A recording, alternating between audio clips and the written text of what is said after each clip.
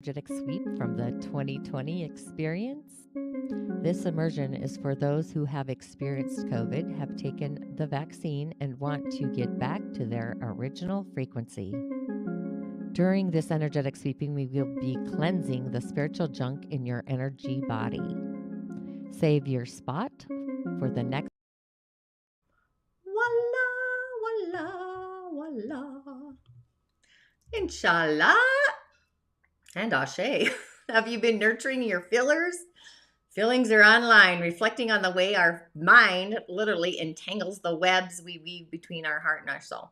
So feelings of if we need to upcycle them the way we in life and commit to those sensations, maybe feeling less than valued, going to our chalice and speaking our heart authentically and allowing thoughts, our soul, and the chalice to be in the soul's harmonic. The ingredients then merge with the center of our heart. And sometimes I do know I speak another language. Hope you're picking up what I'm throwing down. However, welcome to today's daily snippet. Once again, I am your host. I'm a practicing holistic shaman and medium, merging these indigenous otherworldly ways with being an otherworldly life coach, a subtle energetic surgeon, if you will. And I do go by the term holistic shaman medium. And my intention is to utilize the powers of these indigenous technologies, the original blueprint, the elemental realms, to navigate our soul's harmonic through the realms of the elements, the elemental highway, into the imaginal realm, and sometimes into the power pathway, but often through the shamanic portal, the cosmos, through the subtle energies, elements, and elemental beings, with really doing offerings, rituals, and prescriptions to really add to the juice of our personal container, our personal medicine, our inner genius, just to assist you into navigating your personal medicine, the star that I truly believe we all are, introducing you to that magical essence, the being that resides within, so your light, your starlight shines even brighter. And again, my name is Tanya D, and welcome to my virtual medicine room. So I was inspired for this Monday's podcast dedicated to the divine feminine, the otherworldly divine feminine, and the waters. It took me a little blip, if you will, to bring it in, but I sense it's going to spark or possibly ignite a different way of tuning out into the world, or toning even. Toning sounds.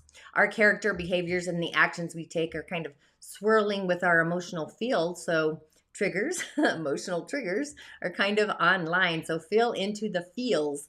The best thing to really do is move any kind of extracurricular movement energy. What does that look like? Like really scrubbing down the house to the point of washing down your walls, or running or walking on a treadmill that really spurs out another mile to get you to a further distance, moving to get the feelings in the flow, into the rivers, into the waters. And you may feel like chatting, journaling, or even chanting those seed sounds, lower harmonics like drummings, using a drum. That's probably what I'm going to do, but grounding the emotional energy and moving forward and blending these nurturing aspects within ourselves. It's this elevated frequency. So it's like, what is our inner comfort zone? And are we able to bring that to the outer rims of being comfortable with who we are in our skin? Or what's a behavior that we can change or shift and transform the dial on, the frequency we subscribe to? Something that sabotages our emotional frequency, right? Sometimes we our feelings aren't kind.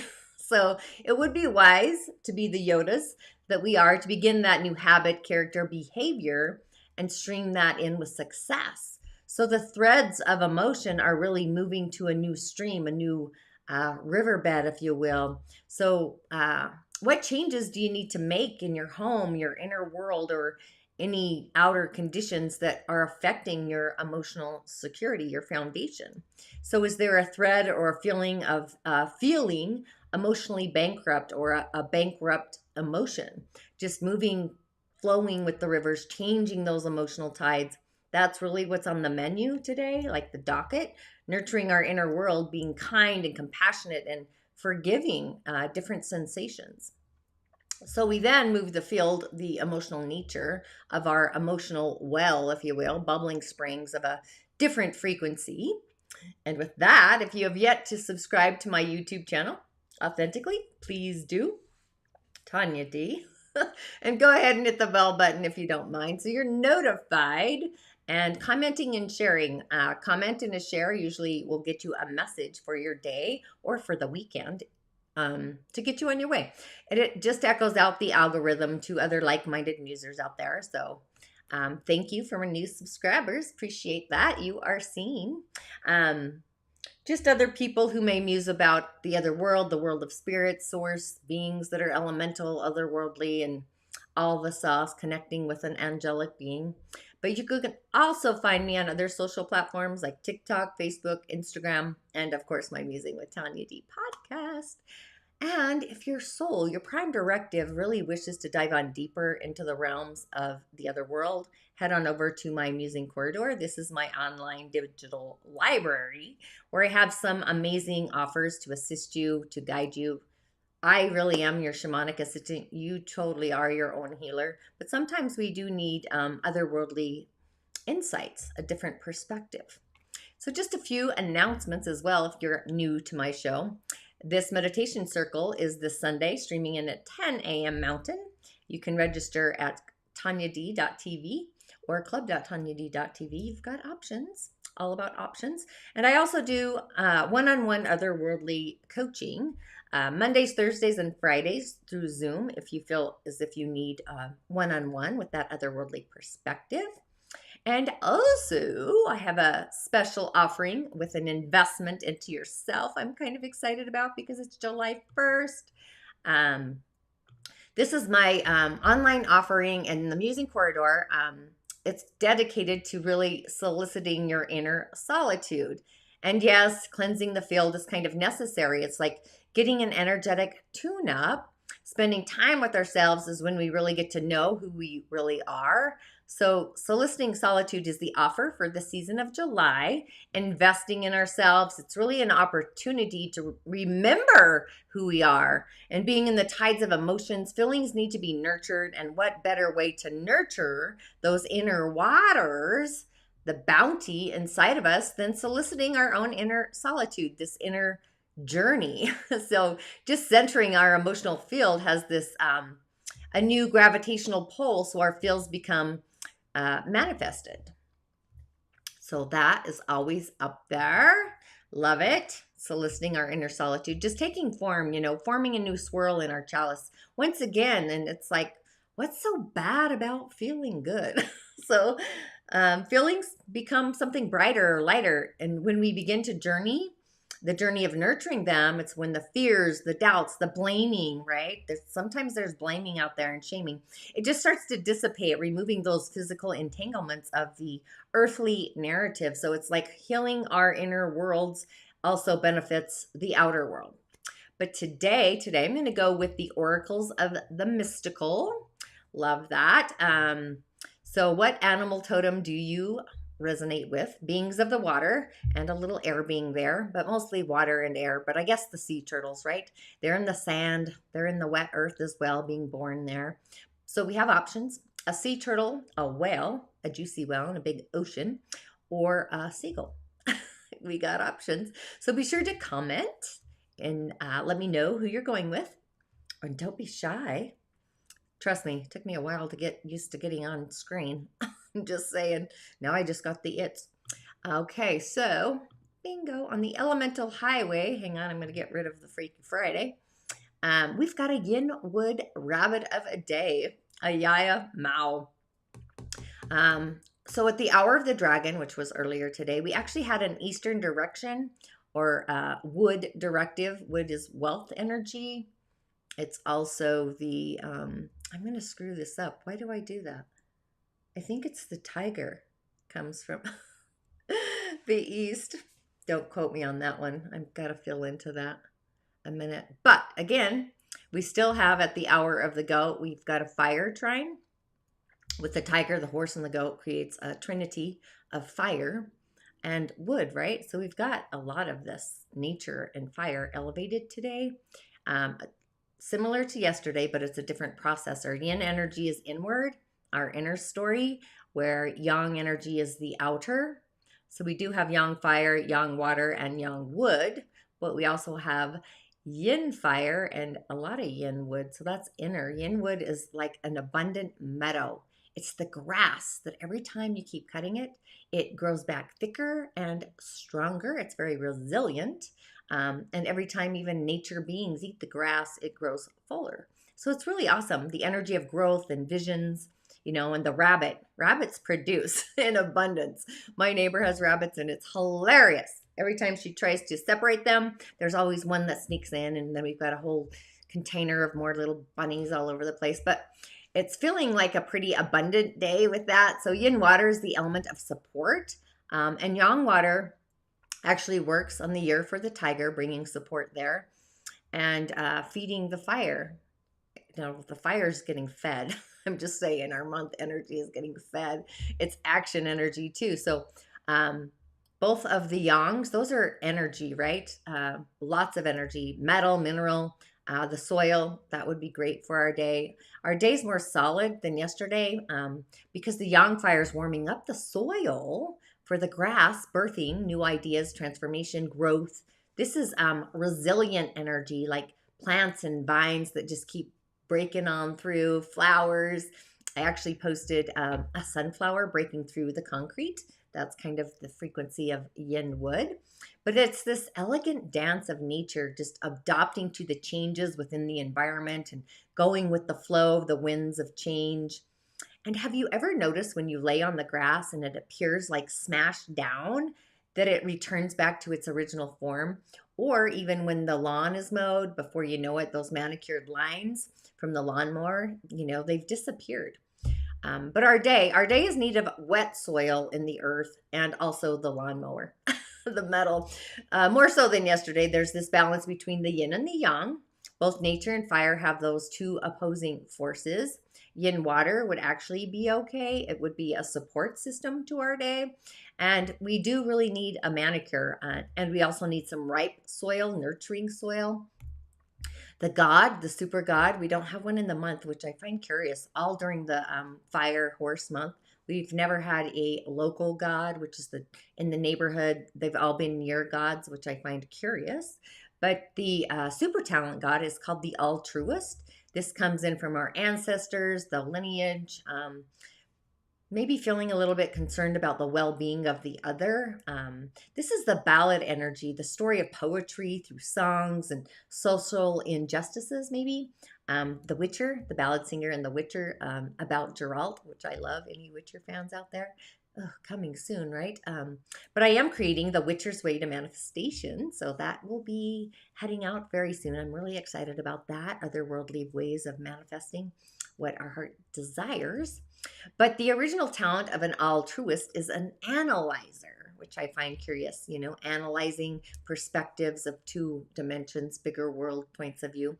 This is Mother Teresa. It's Robin Williams. It's also Kurt Cobain, just to name a few little characters that have the super god, not necessarily the month or the day. I didn't really look into that, but the super god, altruist, analyzer. And I mean, think of Robin Williams. He could he could tell a story quick, lippity split, and it was always hilarious. I'm just saying. So we've got options. Back to what little water being did you resonate with? A little animal totem there, or the otherworldly air being, the seagull. Air and water, right? And land, mind you. But we've got options. So who chose the turtle? You get the blade. The blade cutting. Blade is actually number 6. So this is actually us opening up to receive. It's Venetian energy. Receiving the message even. It's our throat center. So this is the sharpness of having a quick-witted mind and body and spirit. It's being that it's pointed upward. This is bringing in the power of heaven. It's like we're being summoned or called, answering the call, calling it in, if you will. We could use this as a healing tool, an amulet, or as a weapon, a sword even. Anybody watch Urtical? One of my favorites, Urtical and the Swords, and the Axe of Turgid. But it's wielding, being wise when we wield the sword and transmitting that power. It initiates, it brings initiations of cutting energetic cords, cutting from the past, severing away from toxic relationships and environments. And also, the opposing forces used with anger, stabbing, slashing, just chaos there. Don't really want to go down that rabbit hole, but this is as if we are being summoned or called out to, if you will, invited to really draw our blade. For me, it's Excalibur, my otherworldly essence, guardian, but being called to use it. It's not auspicious to hesitate, to waste time. It's not good for idle talk, right? It's more for solutions.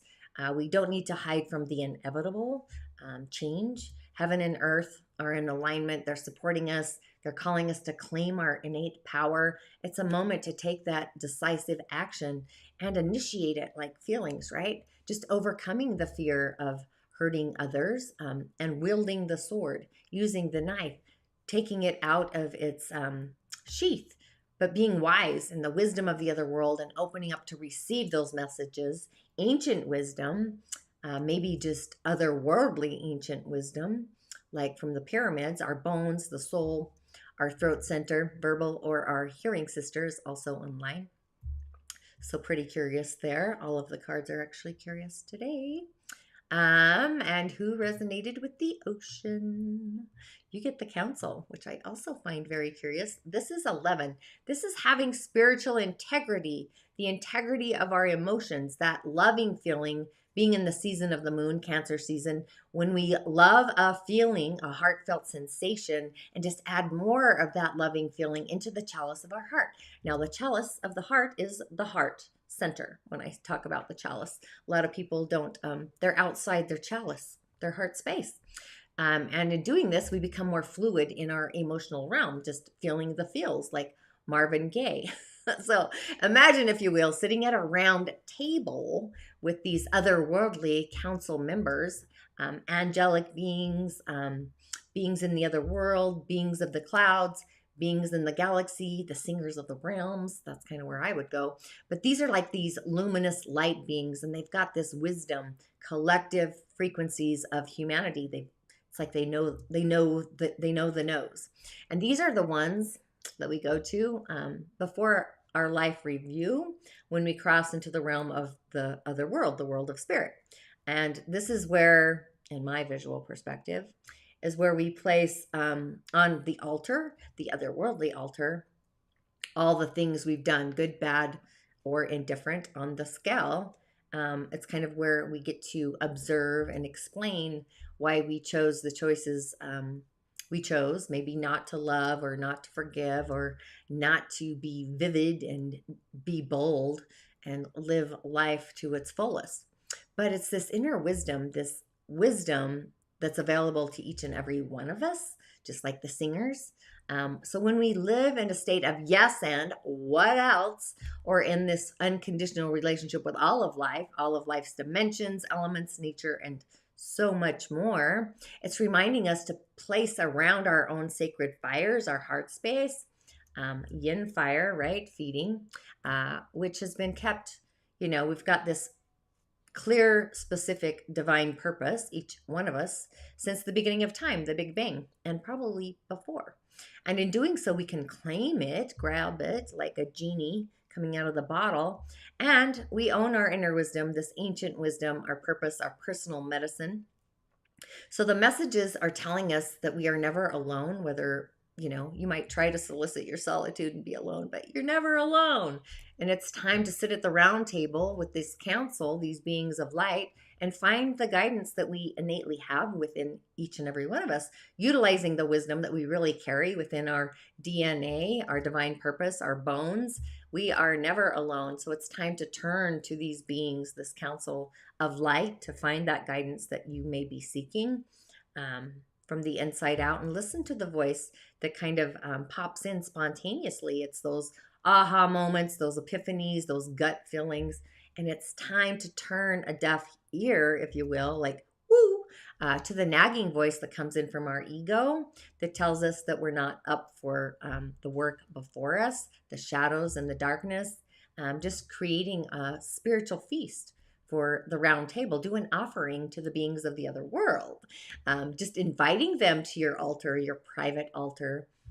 Every time you connect and meditate and pray, just calling them in and allow them to offer the guidance that oftentimes we're not aware of. So, this Monday's podcast is all about calling in the wisdom of the divine feminine to assist with the narrative of the physical. I'll get into that deeper in the podcast, but I'm super excited about it. Channeled that in this morning. And who chose the seagull? Little seagulls. Oh, crickets. They remind me of eating the crickets. They're kind of interesting, curious too. Air, water, and land, right? The seagull. However, you got sacrifice, which don't go down the rabbit hole, the 44. So this is like knowing where we do and do not belong in our inner world and our outer world. And oftentimes, we don't know where we do belong. And sometimes we do know where we don't belong. So we're just innovating.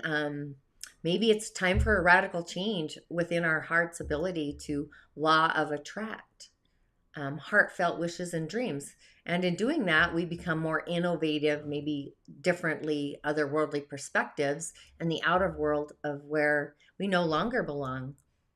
Maybe we no longer belong being stepped on, which then creates a whole new map of responsibility, committing and deciding to be in a new state of where our heart does belong. Relationships end, new ones begin.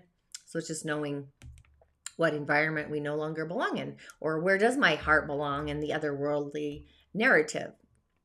But sacrifice really means to make things sacred, sacred space, sacred time, sacred offerings, an offering of gratitude coming from our heart's chalice, our heart space. It's also the feast of love that we prepare for spirit in rituals. I do that all the time. So sacrifice sometimes involves the ritual, an offering, if you will. I know a lot of people thinking,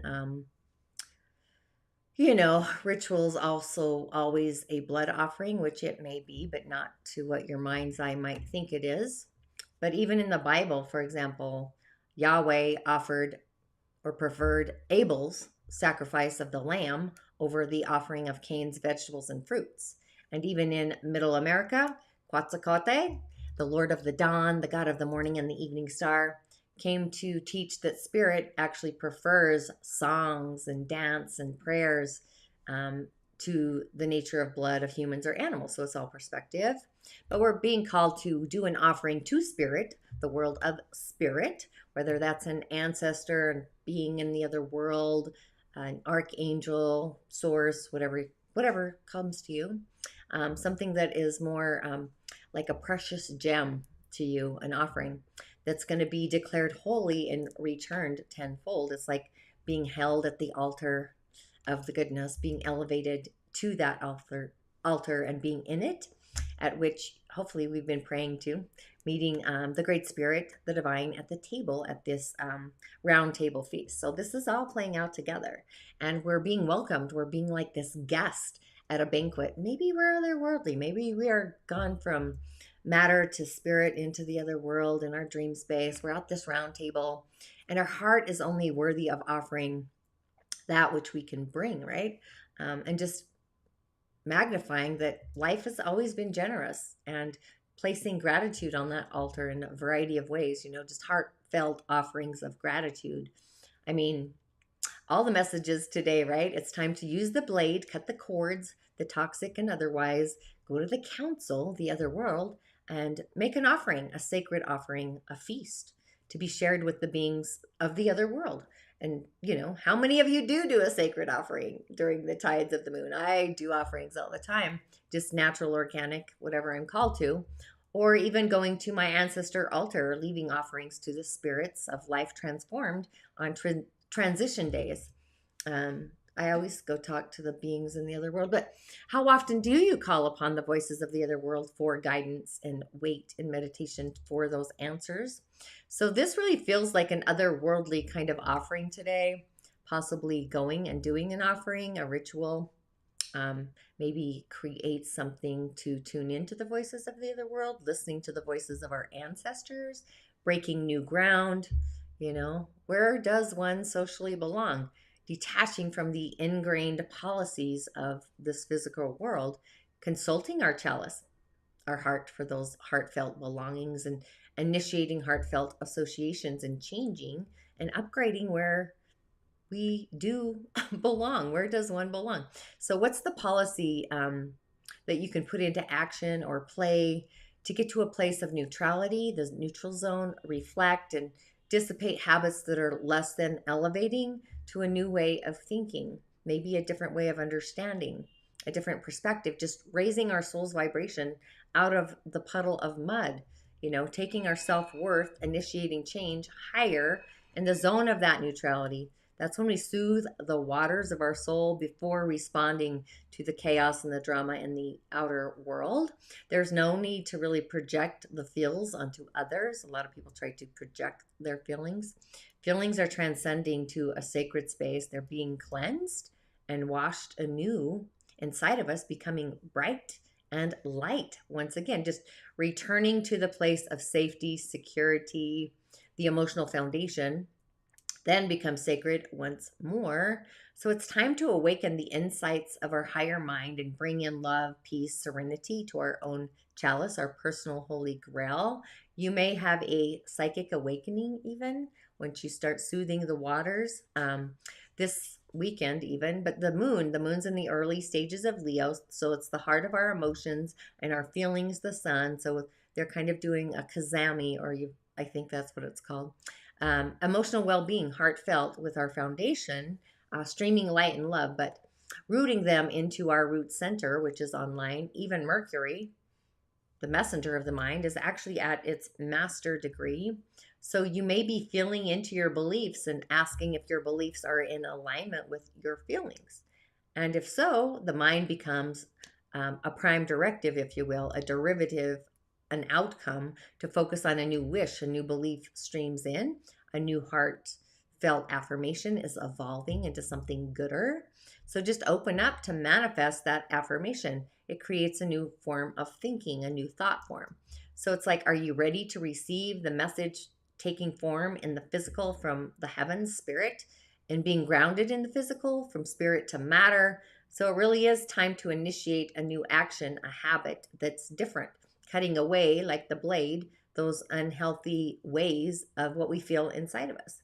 So I would affirm that I am subscribing, which I do this, to a frequency of feeling great, riding the waves of actually feeling good and gooder, feeling great. Be a system of support to your own feelings. So what habit can you break away from or cut away from? Smoking, drinking, negative self-talk, shaming, blaming. Sometimes that supply line is often endless. So do something different that really innovates a new way of being. That's what I would do, but we do have the root center online, so I would ground these sensations into your root and your sacral. You got two options here, so feelings and manifestations kind of are merging together, but bring that in from spirit, great spirit.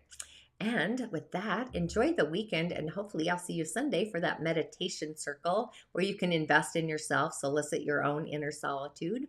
And also, if you do feel inclined, I know I'm not the only one online with a meditation library, but it's an ever evolving one, no matter where you are in your journey to meditation, to seek your inner solitude. I'm always adding new meditations to it through time and space, whether it's from my online offerings and different programs I have, or just getting started, baby steps. So with that, thanks for tuning in. And as always, make this weekend one of feeling your feels, feeling grateful for a feeling that comes up and tuning into the feeling. Maybe you hear your guides come online or the other worldly beings. Maybe you go talk to an ancestor and all of a sudden you see your mom beacon through, or a friend who's transitioned, whatever that looks like, signs, sigils, all the things. But again, just have some fun. And as always, I will see you on the other side, or at least on Sunday.